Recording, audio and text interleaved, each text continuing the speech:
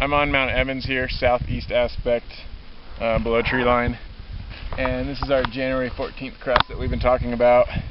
In this spot we've only had about a foot of new snow since it was buried, and we don't really have a slab on it, and no concerns on that layer. The rest of the snowpack is faceted out, so a weak structure if we do get a load on it, but where we're seeing this problem is in parts of the zone that saw a lot more snow. Some areas have seen as much as 6 feet of snow, and that's created a slab, settled into a slab that's 3 feet deep on this crust layer.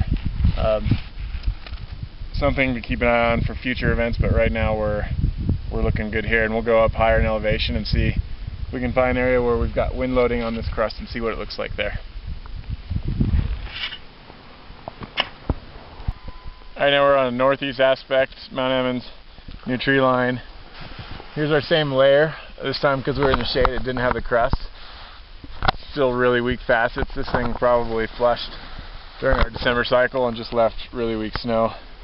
And our slab above just really haven't gotten much of a slab yet. We're about a foot deep here, real soft, and kind of waiting for the load to wake up this layer here. Take a look in our stability test.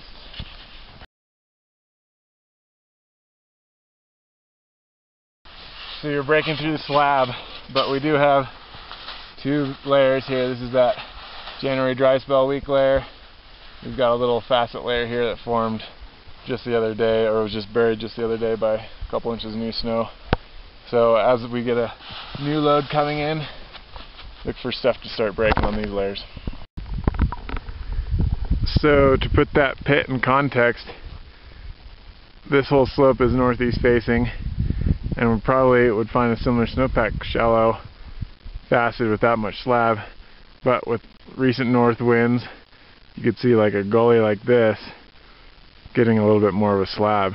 So that's where I'd expect you might be able to trigger a slab still on that January dry spell layer. And then of course over here this area gets wind loading from north winds, so we'll take a look at that in a little bit. Southeast aspect here again, this time near tree line. There's a little bit of wind drift here, and you can see our slab just a little bit thicker with that January 14th crust there at the bottom and facets below it.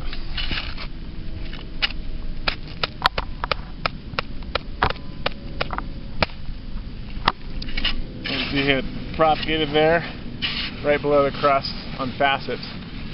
And you know, right here, this drift is pretty isolated to just the ridge line. If you go down slope a little bit, you're not going to find this slab. But looking upslope, you can see more cornicing, more obvious wind loading up there, and that's where you're more likely to trigger a slab failing on that crust layer, or failing below that crust layer, where the actual slab continues down slope a little bit further and could be larger.